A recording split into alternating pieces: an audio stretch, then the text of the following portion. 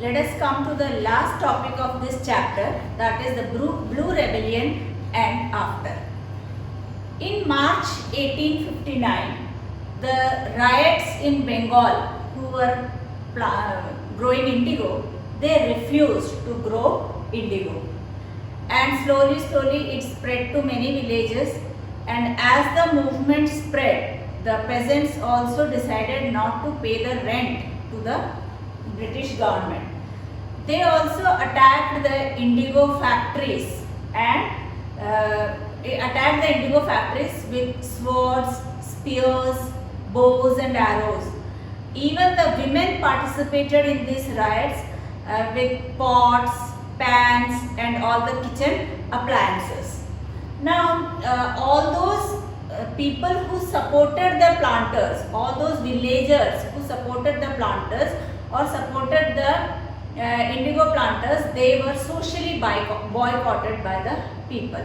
So the whole village stood together against the plantation system or indigo planters, and those who did not join this rebellion, they were socially boycotted. And when the planters sent the gomastas means those who are collecting the rent from the peasants, sent by the planters. So when these gomastas came to collect the rent, those gomastas were beaten up by the villagers or the indigo cultivators. And they swore, all the villagers swore that neither they will grow indigo in their land nor they will now get bullied by the lathials. Lathials means those people who used to beat the villagers for not paying the rent. So they swore that neither they will grow indigo in their land nor they will be beaten up by the lathials. Now, from where did these peasants got the courage to revolt? Of course, this indigo system was very oppressive and the people were not at all happy with this system. They wanted to revolt also, but from where did they get the courage? And the answer is, it is from their own zamidars or headmen that they got the courage. In many villages, the zamidars themselves persuaded the peasants to revolt. Many of the village headmen were forced by the planters to sign a contract of indigo cultivation, and this was not liked by village headmen. So these village headmen also persuaded the people to revolt against these planters. Now, and these zamidars and the headmen were also not happy with the growing power of the planters in their own village. That is the first thing which the Indian cultivators thought, that the zamidars and headmen are already supporting them, so they got the courage to revolt. The second thing from where they got the courage was that they thought that the British government will support them. It is the planters who are exploiting them, but they thought that when the British government will come to know about it, they will support the peasants. So they imagined that the British government will support. And when the lieutenant governor of that area came to know about the riots by the cultivators or the peasants, they wanted to avoid a 1857 situation. The revolt of 1857 had already occurred by that time, and it was the year 1859. So they do not want to repeat 1857.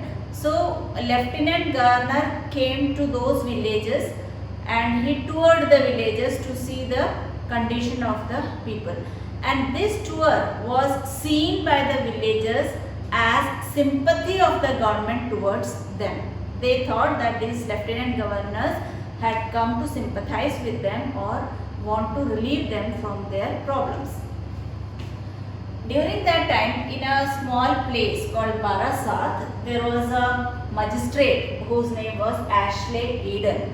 So Ashley Eden issued a notice that now the riots need not to be compelled to grow indigo in their areas. And when this notice was issued by Eden, the people mistook that it is Queen Victoria who has asked them not to pay the rents and not to grow indigo. And this was misunderstood by the people, and they thought that Ashley Eden was in support of the rebellion, and they thought he is also with them to rebel against the planters. And when the situation was such, at that time many people from outside these villages also came to know about the plight of the indigo workers, and so many intellectuals from the city, that is from Calcutta, came to these places, and they wrote about the misery of the people, that is the indigo cultivators or the riots, and they wrote about the tyranny of the planters, and how they were exploiting the people and the horrors of this indigo system. So many books or articles were written by the intellectual on this system. Now when this rebellion was spreading, the British government, to stop the people from rebellion, they sent a military to protect the planters. And along with that, an indigo commission was also formed by the government to look into the matters or the problems of the indigo cultivation. And this indigo commission gave its report to the government, and in the report it was mentioned that the planters were guilty. That means these planters used coercive method to get the indigo cultivation done by the peasants. So this was the report which was given in the commission, and it was against the planters. And in the report it was also written that the production of indigo was very harmful for the peasants, and it was not at all profitable for the riots. And so the indigo, when this report of the indigo commission reached the government issued an order that from now onwards no riots will be forced to cultivate indigo in the field, and whatever existing contract they are having, that means they have already taken the loan, that contract will be fulfilled, and once that contract is fulfilled, no new loan will be given, and the peasants will not be forced to cultivate indigo. And they, even the riots were told that you can refuse to cultivate indigo in your field. So this way the indigo cultivation stopped from Bengal. So in Bengal indigo cultivation collapsed, but it later on shifted to Bihar. Those indigo planters who stopped the cultivation in Bengal, they slowly shifted their area to Bihar, and in Bihar this indigo cultivation started. During that time itself, synthetic fibers were also made, and synthetic colors were also in use. So indigo color was not much used, and instead of that synthetic colors were used. But even then the planters managed to continue the cultivation of indigo, and they managed to expand it in Bihar area. During that time only Mahatma Gandhi came back from South Africa to India, and one of the indigo cultivator approached Mahatma Gandhi and asked him to come and see the plight of the indigo workers in Bihar. So when Gandhiji came and visited this Bihar area, he found that the riots were really suffering under these planters, and he started a movement in Bihar called Champaran movement against the indigo planters.